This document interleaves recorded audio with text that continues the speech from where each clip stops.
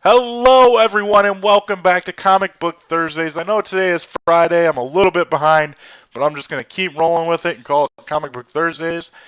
Today, I have Volume 6 of The Walking Dead to review, and stay tuned till after the review of the graphic novel, and I'm going to bring something new to Comic Book Thursdays. So to start things off, the last volume, Rick and Michonne and Glenn were captured by the governor. The people at the prison are worried about them. They haven't seen them in days now. And to start things off, they throw Michonne into the zombie fight club. She fights other people while there are zombies all around them. And it's pretty cool. Michonne tears everybody up. But she still manages to be bested. She doesn't get hurt anything real bad. They just kind of tackle her to the ground and they throw her back into her cell. And that's pretty much it for that part of the beginning. Rick finds a mysterious ally who's going to help them escape, and so they make their escape late at night. They go to run, but Michonne, before she leaves, she has something she has to take care of first. She has to go retrieve her sword, which is in possession of the governor. Once she gets a hold of her sword, she then proceeds to give the governor what he just deserves. She takes off one of his arms, takes out one of his eyes, leaves him all bloodied up and messed up, and she assumes that will be the end of it, that he'll either die of blood loss or he'll just leave them alone. So that's pretty much it. She actually has power tools too. I think that's how she takes out the eye. Was with the power tool, and then she drills into his arm and into his abdomen. It's pretty brutal torture scene, but the governor had it coming. He was doing some pretty brutal torture to Michonne. Michonne, of course, she has to walk back by herself, get back to the prison by herself because everybody else took off. She told everybody to go ahead. She finally catches up with them, and the group make it back to the prison, but not before Rick kills one of the people that helped him escape. The original guy, he finds out that he actually might be just trying to work for the governor and figure out where the prison is. So Rick kills the guy and pretty much says that it is justified why he killed him. He is protecting the prison. And once they arrive at the prison, they find that the gates have been smashed open by the RV and zombies are everywhere, and they're like, holy crap, what is going on? So they go in, they're fighting off zombies, they're trying to look for whoever might have been surviving. They find Dale and Andrea, and pretty much there was just an accident.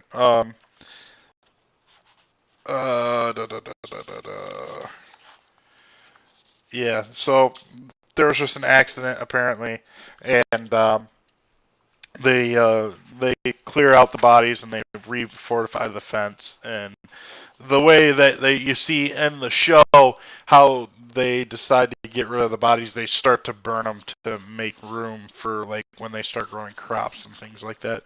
So that's pretty much it for this this volume.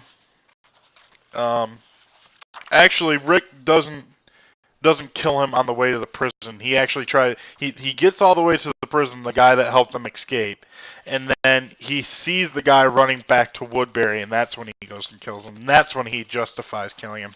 Also, Glenn proposes to Maggie in this volume. And that is it. Volume 6. So, like I said, stay tuned to the end of this episode, and I have something new for everybody, and that is going to be my bi-weekly buy list. And pretty much it's a bi-weekly thing because I don't get comics every week. I get them about once every 2 weeks. So, to start things off, this one came out like last week, I'm pretty sure. Yeah, last week. This is Walking Dead issue 130. And the name of this issue is There Are Whispers and I Was Afraid. This is the only one that I have read so far. I'm also reading a Batman graphic novel right now, but I always have to read Walking Dead right when I get it. And this one blew my mind. If you haven't been following The Walking Dead, you need to start reading and get to this issue because this issue is crazy. Next up, we have Batman Eternal. This is the weekly Batman series. This is issue 19, so this was last week's issue. And it's really, really good.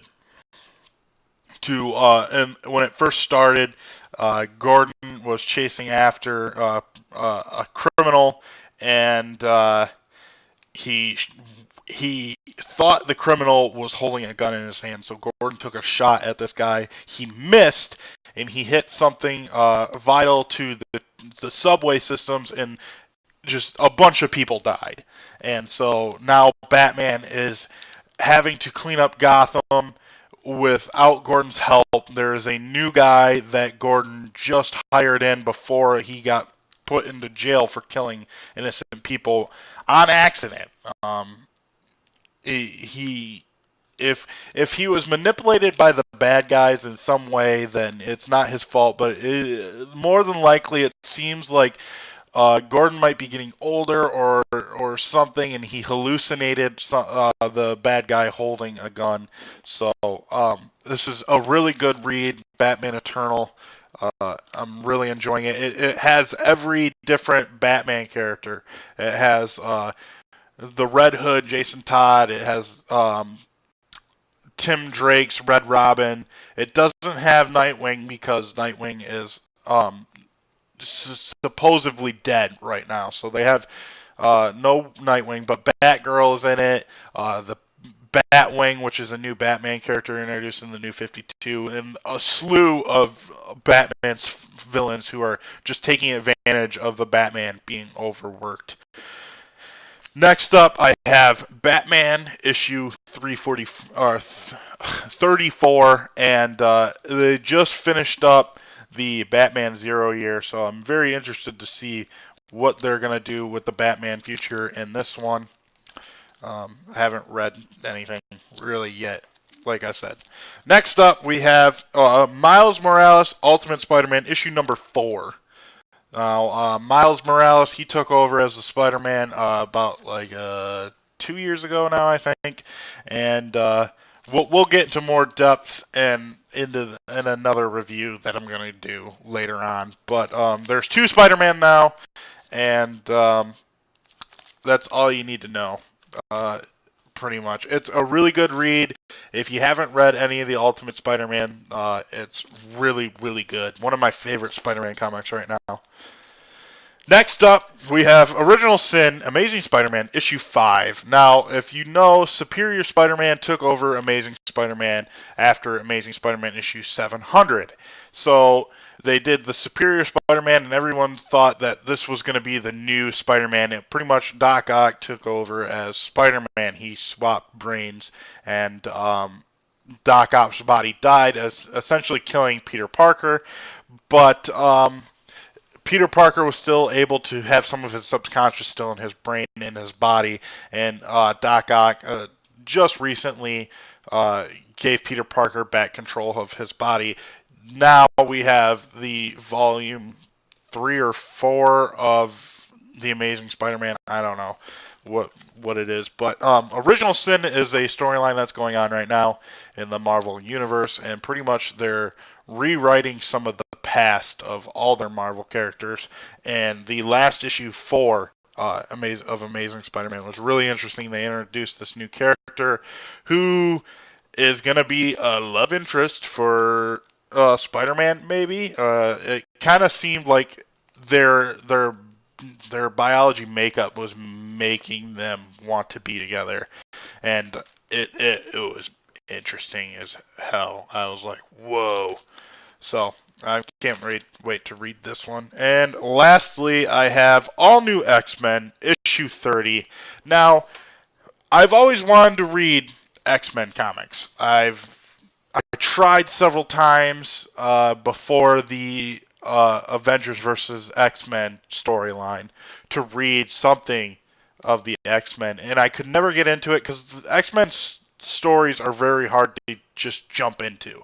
So when they rebooted everything with Marvel now, I started reading a bunch of different X-Men comics, and the only one that I was really, really interested in reading was All New X-Men, and that's because it has the original X-Men, like the originals. It has Jean Grey and Cyclops and Beast and uh, Archangel, and it's like, holy crap, this is crazy. What essentially happened is the Beast in our timeline, he travels back in time, he grabs the original X-Men to bring them back to the future, um, to show them what is going on and show them what harm Scott Summers has done to the Earth and to mutant kind, and he thinks the younger Scott Summers will kind of show the older Scott Summers the wrongs that he did and maybe start being a good guy.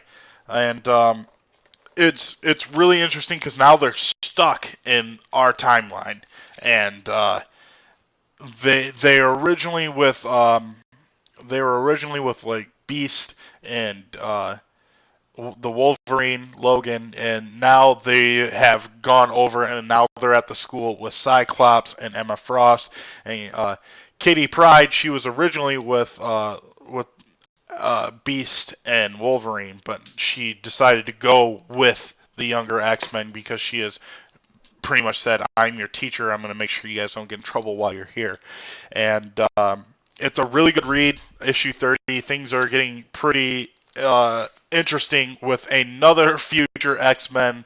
They're actually the Brotherhood. They're the bad guys who essentially they're coming back to kill the younger X-Men, and it's a really good read right now. I can't get enough of All New X-Men. So that is my bi-weekly buy list. I haven't gotten this week's. I'm going to go get this week's today. So you probably won't see those comics till the next bi-weekly. So not next week, but the week after that, I'll have another bi-weekly buy list if something really interesting shows up, which usually there is. There's always something really good every week, especially with Batman Eternal. This is just crazy. This will pop up probably almost every bi-weekly because Batman Eternal is awesome. All right, if you guys enjoyed this, go ahead and hit that like button, subscribe to see more content from me, and I'll see you guys on the next Comic Book Thursdays.